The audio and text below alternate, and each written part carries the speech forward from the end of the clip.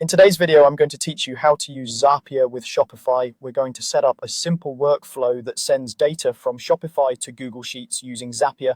This is perfect for logging new orders, customers, or products into a spreadsheet automatically, so your team has real-time information without manual copying and pasting. Start by heading to Zapier.com and signing into your account. Once you're in, look to the left sidebar and choose Create. From there, select Zaps to open a new automation draft. A zap always begins with a trigger, which is the event that starts everything. Click Trigger to begin setting that up. In the app search bar, type Shopify, then select the Shopify app. Next, choose a trigger event that matches what you want to track, such as a new order or a new customer.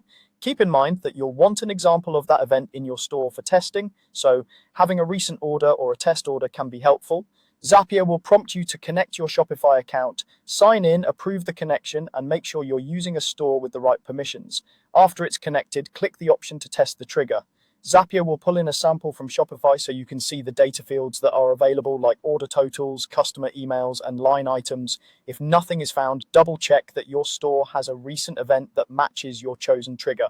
With the trigger ready, move on to the action side by clicking Action. Search for and select Google Sheets. Choose an action event that fits your goal, for example, creating a new spreadsheet row when your trigger fires.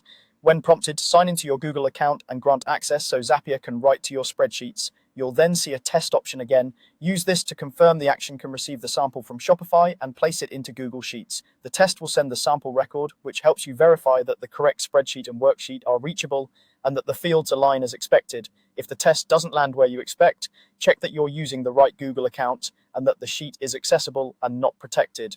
At this point, you've connected Shopify as the trigger and Google Sheets as the action, tested both sides successfully, and confirmed data can flow end to end. This foundation prepares you to customize the details of your Zap with confidence, knowing the core connection works smoothly